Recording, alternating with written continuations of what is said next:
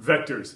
The fact that certain quantities have physical directions in space, it's kind of important in physics. Acceleration, force, velocity, momentum, and that understanding and picturing that is really important.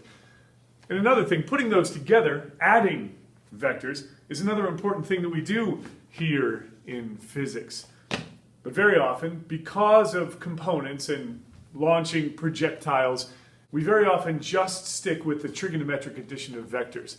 But you see, trigonometric addition of vectors and exclusively dealing with vectors trigonometrically, mathematically, can be very ponderous and inconvenient. So here's an example. Vector addition. 2 methods. Let's learn physics. Normally I put my paper like this, but because this is widescreen, I'm going to rotate it. We're going to add or find the sum or find the resultant. All those are the same thing. 600 newtons at 163 degrees and 800 newtons at 251 degrees. A quick sketch to set us up. 163 degrees is in that direction. And then 251 degrees is in the third quadrant, just a few degrees short of 270. That's what the resultant is going to look like right there. Second quadrant, 180 degrees to 270 degrees. Now let's draw those two separately and draw their two components. Right triangle, x and y components. 600 newtons. 17 degrees is that included angle. And here, another right triangle. Third quadrant, x first, y second, 71 degrees. Its interior reference angle, another right triangle, 800 newtons. Now grab the calculator and simply make sure you are in degrees.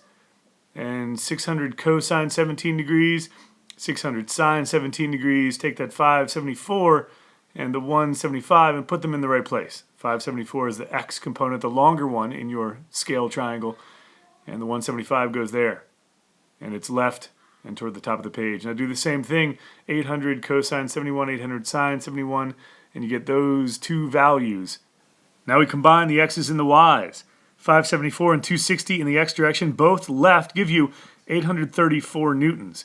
Now in the y direction, you have one toward the top of the page, one toward the bottom of the page, so you subtract, get a total of 581 newtons. Draw that at the head of the first one, making another right triangle. Vector components are vector replacements, so just deal with the components once you have them.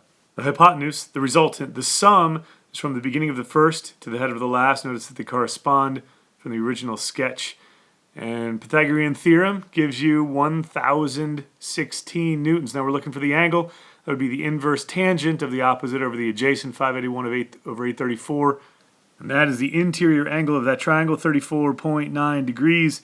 Just under 35 degrees goes right there. Now this is 180 plus 35 gives you 215 degrees. So there's your answer, 1016 newtons at 215 degrees. Process is kind of complicated. 2 triangles to find the components, then put the components together properly to find a new triangle, and then get the answer. Imagine doing that with 4 vectors. Ugh.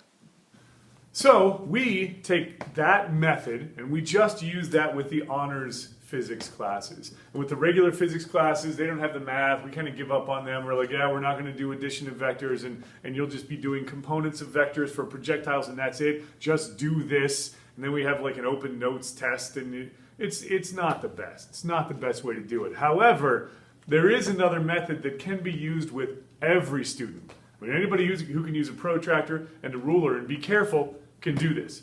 So my conceptual students for this is my 3rd year doing this, adding vectors and really thinking about and building pictures in their brain about how the world works with acceleration and momentum and forces and static equilibrium and all kinds of things like that. And they can solve many of the same problems that my honors physics students can solve.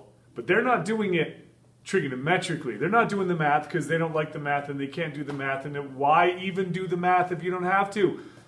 So graphical addition of vectors. This is the method we should all be using on a regular basis because it's a whole lot more convenient and a whole lot quicker than that trigonometric addition.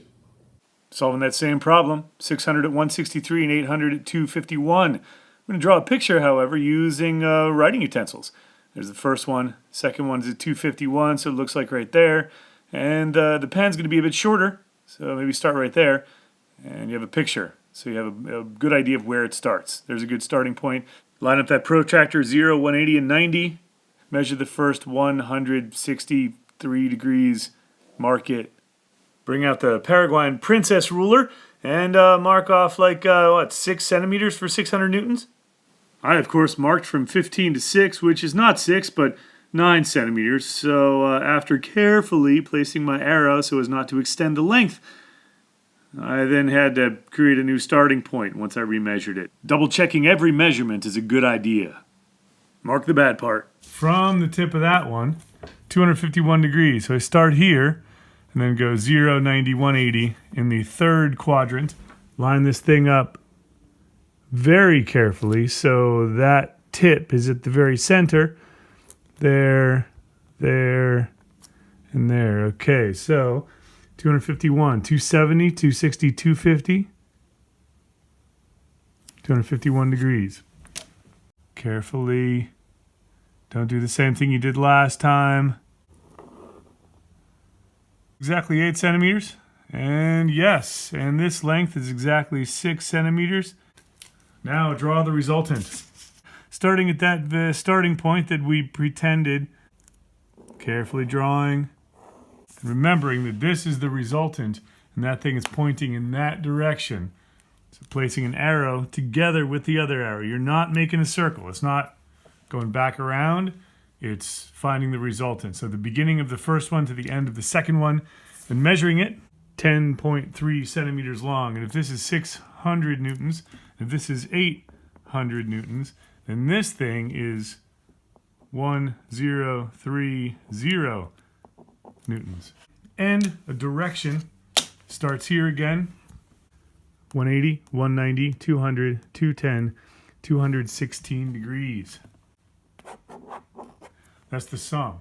It's a nice, quick, easy process, and it does give you generally really good answers, and it's usable by everybody, no matter the math skills. Imagine doing 4 vectors with that method. You got a plan, maybe use more paper, but it's not bad. This one, look how quick and elegant and easy that is. Minimal math, you have to do a scale conversion, but that's pretty simple. This thing, really overly complicated, and this one, even though I was kind of sloppy, 1030 at 216 degrees, 1016 at 215 degrees, and 1030 versus 1016, let's see, 1030 minus 1016 is 14. 14 over like 1,000. That's like a 1% error, which whatever. This is great. This method, this graphical method works really well.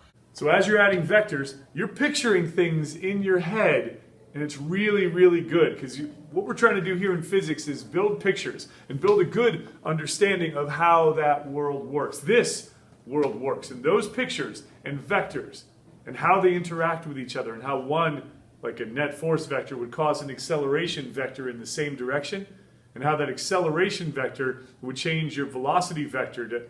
It's really good. So drawing pictures using addition of vectors and getting them to really, really image things in their heads is a good thing to do. And the best solution is if you pick. Sometimes the trigonometric addition of vectors and finding components mathematically is the best way to do it, the quickest, the most convenient, the most precise. Sometimes the graphical addition of vectors is the best. So teach them both methods if possible, and then let them choose. Or if you're working with low-level math students, just teach them one method and use that method for all of them. So get out there and get your students picturing things. Use it often, especially with those who don't do math. It really works well and gives you great numbers, and it's faster. Graphical addition of vectors is a whole lot better than trigonometric addition of vectors. Use it often. Thanks for watching Learn Physics, and thanks for that thumbs up too. Really helps a lot. New videos most academic weeks. Subscribe for more. I've even got education ideas, Freaky Physics Friday, and Tech Tip Tuesday.